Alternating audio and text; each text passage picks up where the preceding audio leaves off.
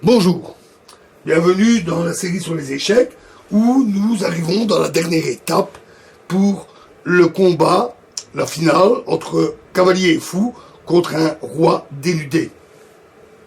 On a atteint la deuxième position clé et nous avons dicté les règles, mouvement du roi et mouvement W du cavalier. Alors le premier coup, ça va être fou C2. Alors c'est un coup d'attente. Il n'a pas d'autre rôle que ça. Roi F8, n'a pas d'autre choix, n'a pas d'autre case. Et maintenant, on peut jouer fou H7. Le but étant de l'empêcher de faire demi-tour.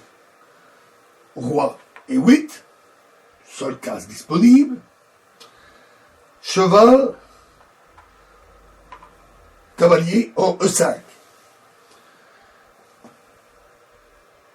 Si roi F8, on peut continuer par cheval D7, échec, etc. Donc s'il va par là, on met le cavalier là, on continue W. Roi D8, roi E6.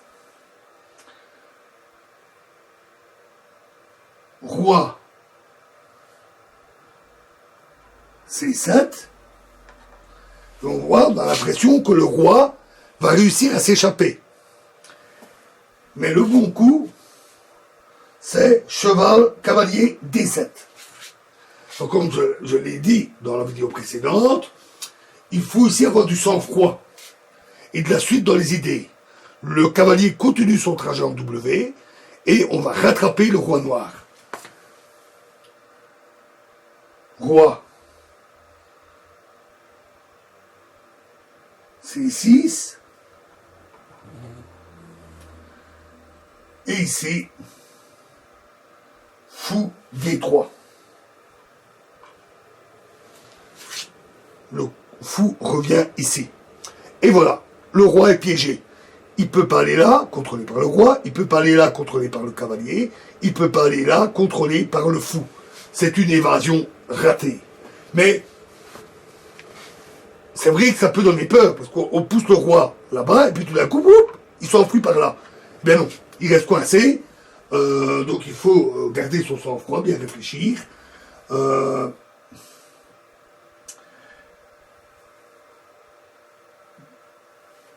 Alors, roi C7, obligé de faire demi-tour, hein, n'a pas le choix.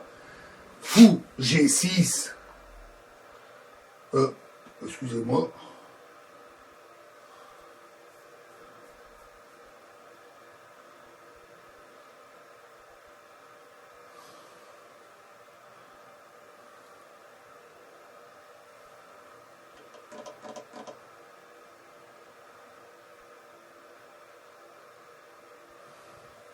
Fou G6, on bloque la case suivante, roi D8, il tente à nouveau de repartir par là, mais il est bloqué par le fou, et cheval E5, cavalier E5, cavalier C5, pardon, cavalier C5, et donc il continue sur W.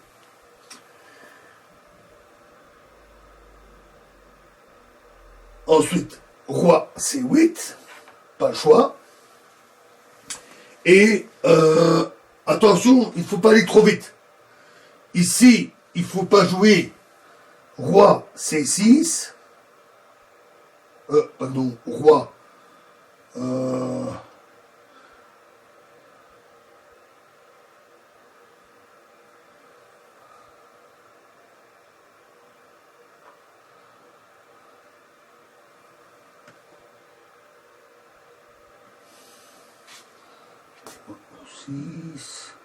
Oui, roi D6, parce que roi D8, et il n'y a absolument rien pour contrôler la case E7. Donc, si on veut aller trop vite avec le roi à gauche, on est coincé.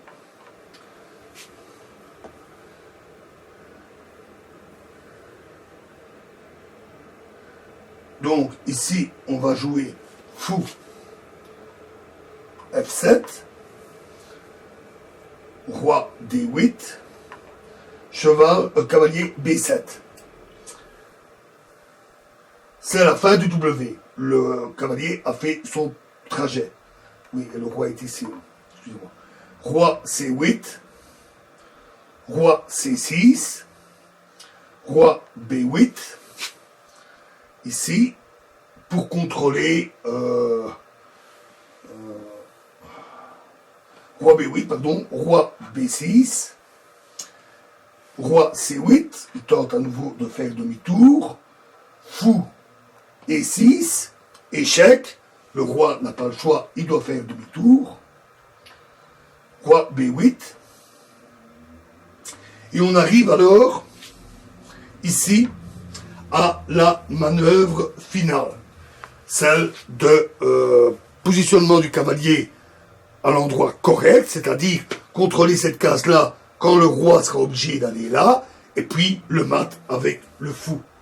Donc on va à ce moment-là faire cavalier C5, cavalier ici, roi A8,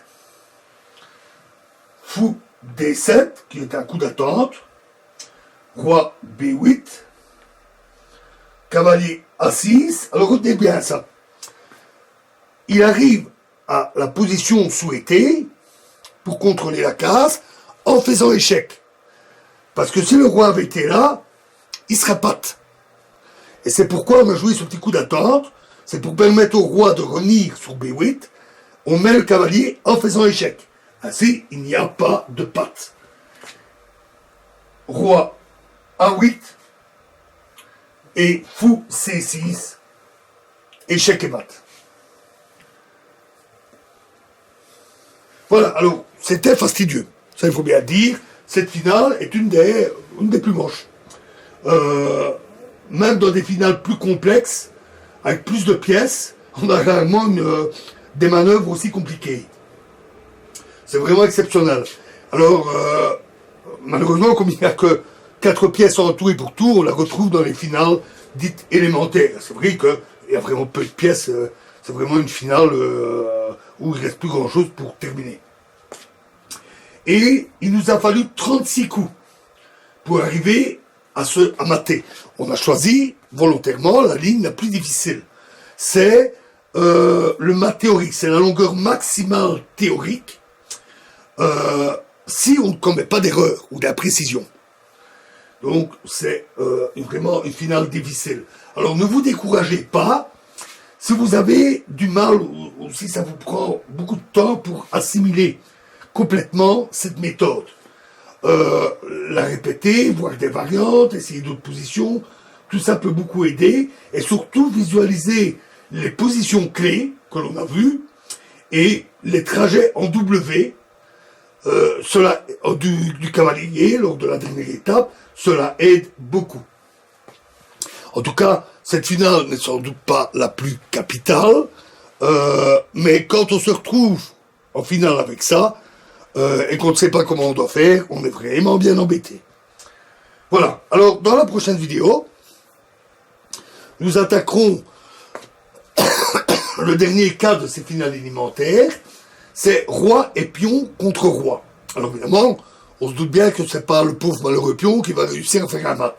Le but est d'arriver à la promotion du pion. Et cette finale théorique, élémentaire, est particulièrement importante parce que les finales avec des pions sont très fréquentes. En fait, presque toutes les finales, il y a des pions. Donc il est important de savoir comment ça se comporte, et en commençant par le cas le plus simple où il n'y a qu'un seul pion. Je vous remercie.